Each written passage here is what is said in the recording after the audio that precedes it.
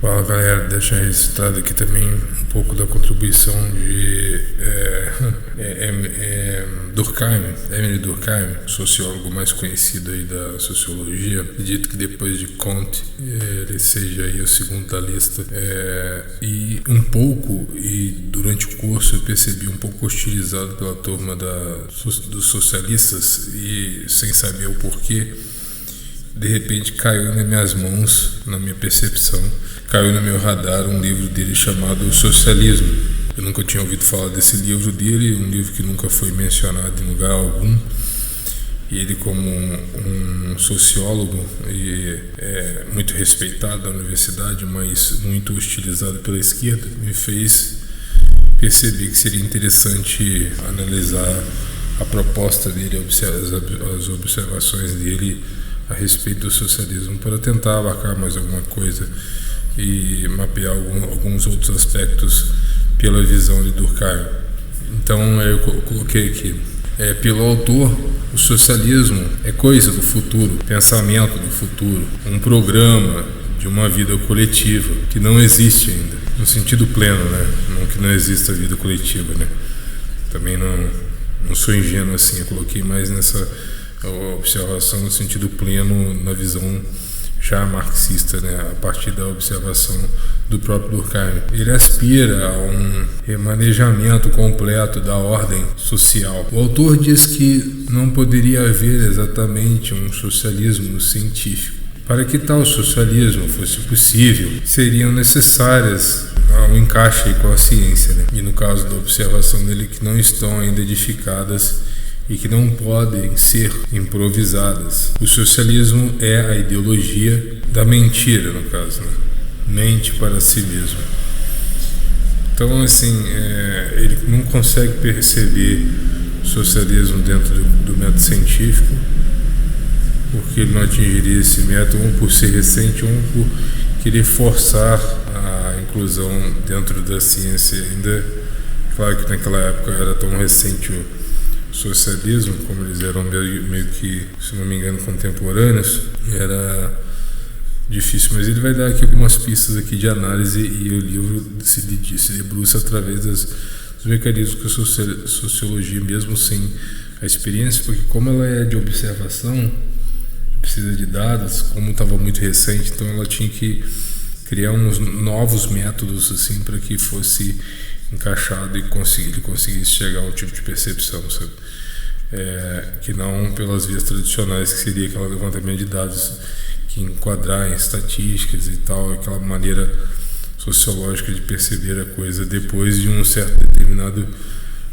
determinado tempo, né? Coisa que ele mesmo afirmou que ele não tinha como analisar nessa perspectiva, né? Ou seja, de repente olhando para os acertos e erros, ou olhando a própria evolução da proposta. Aí continuei aqui. Foi a paixão pela revolução que inspirou os pensamentos de Marx. Eu estou transmitindo aqui o pensamento do Durkheim, né? Não foi a ciência para o Durkheim. Não existe ciência nos fundamentos dessa utopia. O socialismo não é uma ciência, é um grito de cólera, na voz do Durkheim, né? Um grito de cólera em prol do coletivismo. O socialismo é uma paixão que se afirma ainda que possa eventualmente pedir à razões para se justificar. Estudar o socialismo é um interesse medíocre. O socialismo é, sim, um fato social, segundo o autor, e também um objeto da ciência. É como um doente que interpreta mal as sensações que experimenta e as atribui frequentemente a uma causa que não é verdadeira. O socialismo é irreal por ultrapassar os fatos em que se apoia. O socialismo tira dos indivíduos o direito à propriedade privada. E aí abre aspas, né? Acaso tudo que é monopólio estatal não é retirado do domínio privado? O socialismo então começa com a prática dos monopólios? Não seria a herança um tipo de comunismo familiar, onde parentes sucedem uns aos outros na propriedade de seus bens?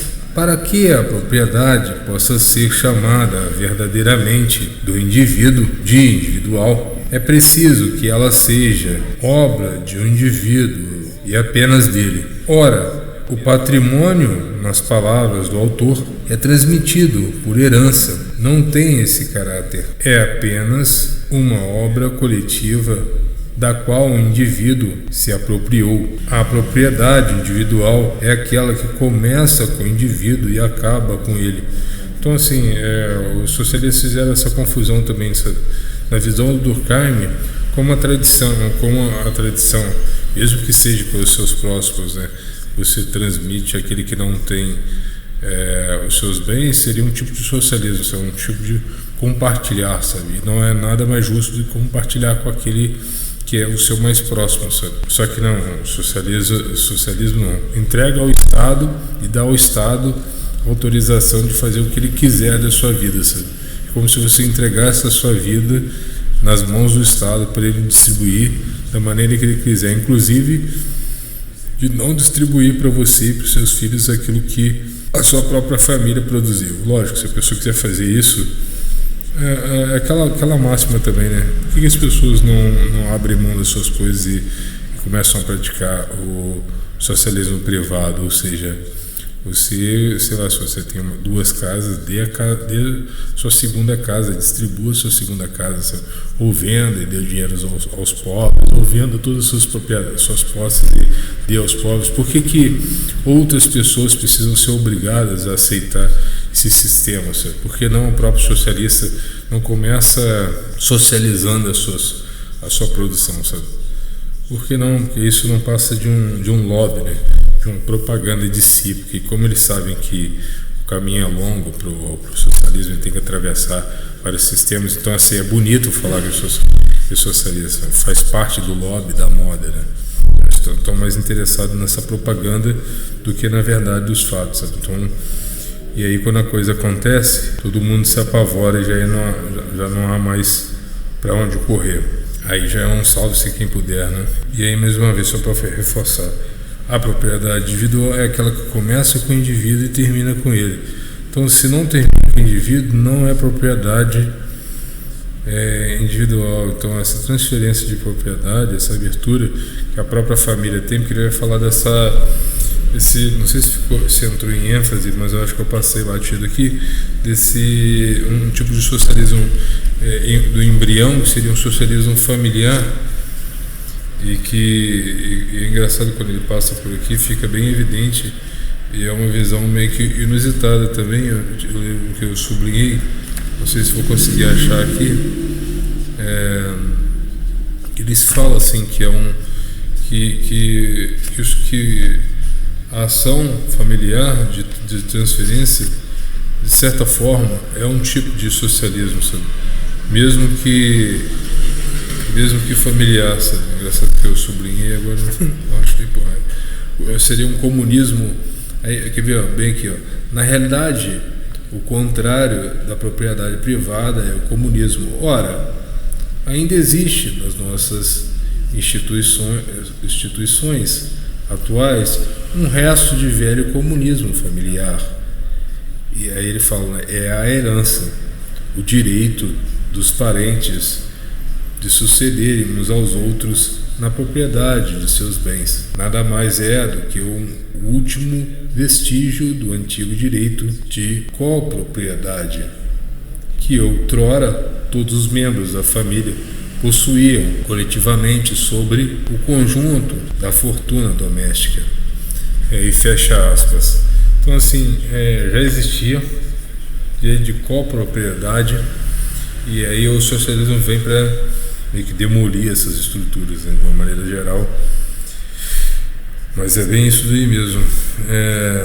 Verdade individual, aquela que começa com ele. Mas aquele que recebe em virtude do direito sucessório existe antes dele e foi feito sem ele. Então o Chico fala justamente sobre isso. Então, assim, foi feito sem ele, e aí sim.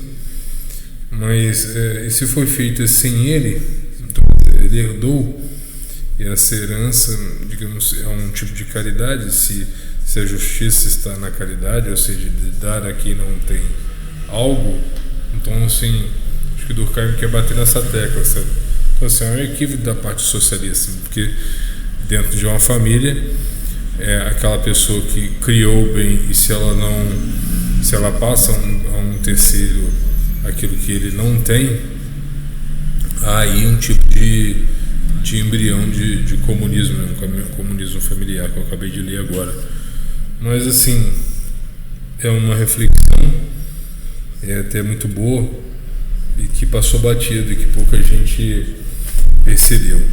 Vamos seguir aqui. Outra barbárie do socialismo, segundo o autor, é a subordinação do indivíduo à coletividade, mas não houve nenhuma sociedade em que os bens privados não estivessem subordinados aos fins sociais. Então, de fato, os bens privados estiveram sempre, as indústrias privadas e tudo.